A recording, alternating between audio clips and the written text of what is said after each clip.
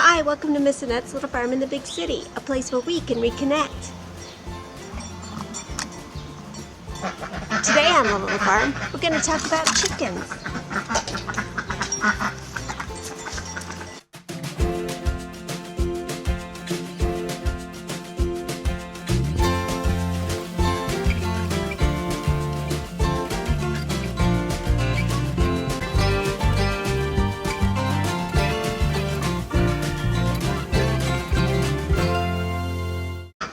Chickens are really popular. They're very popular with homesteaders and with backyard gardeners. Why are chickens so popular? It's not like they're cheerleaders or anything, right? When we bought the little farm 18 years ago, it wasn't a little farm. It was just a little house sitting in the city with a big backyard. Well, I fell in love with the backyard right away. And that's what happened. Moved into the house, I got busy. I got busy planting flowers, and I took a beekeeping class. And those were our first animals here on the little farm. Then, after I had bees for a while, I saw on Facebook one of my friends had the prettiest little chickens. Oh my goodness. And I got stuck with chicken fever, just like a lot of you. Now, we have a lot of chickens, and we get about from 2 to 6 eggs a day, and that's a lot of eggs. We don't sell any of our produce here on the little farm. We share it with neighbors, and I think that works out pretty good. The chickens on the little farm are all girls, so there's no danger of the eggs being fertilized. We get a lot of poop here on the little farm, and chicken poop, well, when I break it up, generally, I put it in the compost and let it sit there for a while. The chickens have a lot of space here on the little farm to run around. And when we're not trying to regenerate our yard, everybody gets free range for a few hours a day. But right now, it's early spring and we're waiting for everything to sprout up without it getting munched on. Chickens like to have a dust bath every once in a while. And here on the little farm, we didn't really make them a dusting area, but over here where we compost some of the litter from the barn or from the ground, they work it up pretty good and get themselves a good bath. And every once in a while, I'll put a little diatomaceous earth there to keep them from getting fleas. See here?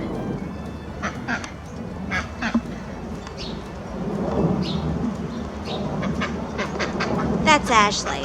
She escaped. I'm gonna have to clip her wings.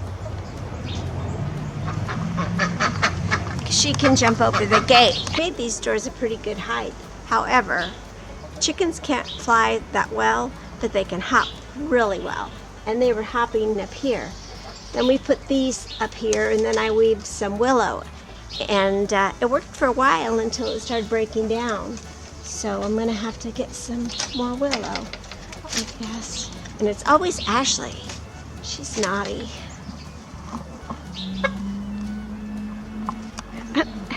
Sorry. Do you want to go in? Come on. No? Everybody's eating. Okay. See you later, Ash. The chickens and the goats get along just fine, but the chickens and the ducks, sometimes the ducks pick on the chickens and sometimes the chickens pick on the ducks, so I think they're still just trying to figure it out. One of the things about having birds in the city is you have to worry about predators. We get coyotes, we get foxes, we get possums, we get raccoons, we get all kinds of predators. Hawks are the #1 predator. And since we've got our goats, we haven't lost a chicken to a hawk. Some of the reasons that chickens are so popular, besides their personalities, is that they're small, they're easy to care for, they don't require a whole lot of space, and most cities allow chickens. If you think that chickens are for you, make sure you check your city ordinances before you even consider getting chickens. Do your research. I've said it time and time again. Make sure you research your animal before you decide on one. There are a lot of things to consider when you're thinking about chickens. You must consider their size. Some chickens are smaller than others. Their needs, and whether or not you want meat chickens or chickens just for eggs. The chickens here on the little farm are egg-laying chickens. We don't want to raise any meat chickens, but some varieties are good for either one. I'm going to take you around and show you some of the things that we have for our chickens. But this used to belong to the chickens. Now this little house belongs to the ducks.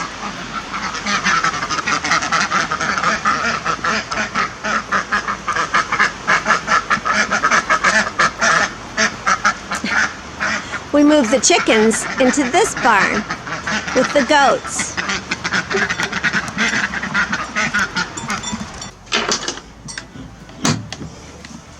This is the goats area of the barn. It's gated off. And here's the chicken area. I think 10 chickens would be able to fit in here comfortably. This is their roost. They like to lay eggs in the litter. I think the egg laying boxes, they use those occasionally, but when I have a lot of litter in here, they like to lay in there. And I've been gradually cleaning it out. We're still doing our spring cleaning here on the little farm, on the barns and such. One thing to consider when you're getting chickens is the water. Making sure that you have access to water. Making sure they have access to clean water. Now, I know a lot of people use different kinds of waterers for their chickens, but this is what works for us. Just a bucket of water. I make sure that it's clean every day for the goats and the chickens, and they haven't any problem sharing. Here's where we keep our animal feed. And this one's the chicken feed. They get fed organic meal. It's ground. We can start letting them graze the yard a little bit more. We won't have to feed them so much, but right now, this is their only source of food, besides what they can dig out of the paddock. This is a 5-gallon jug, and Mr. Steve cut some holes in it so the birds could get in. And it works okay. But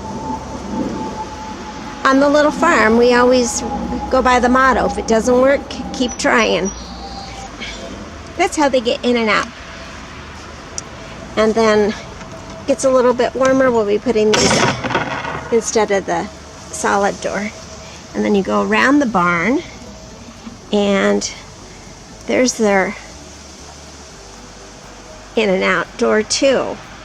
Except we fixed it so the goats couldn't come in and out because they would eat all the chicken feed. Chicken patrol. Are you ready to meet our new farm family members? They're still in the incubator because they're so young. They're about a week old, and they're going to stay in there for several weeks. The older they get, the cooler temperature they can tolerate, and I'll just keep them in my office until they get a little older, and then I'll move them to the garage, and then I'll start getting the chickens acclimated to each other, and it'll go from a flock of 5 to a flock of 8. Well, that's it. That's chickens on the little farm. That's how we do it here. We do it our own way. It may not be the way everybody else does it, but that's the way Miss Annette does it. I do it my way, just like you should do it your way, if it's raising chickens or anything else. Thank you for visiting me here on the little farm. It means the world to me that you popped in. Now, make sure that you get outside today, all right? Make some earth to self connections. And tell everybody I said hi. And we'll see you next time. Bye.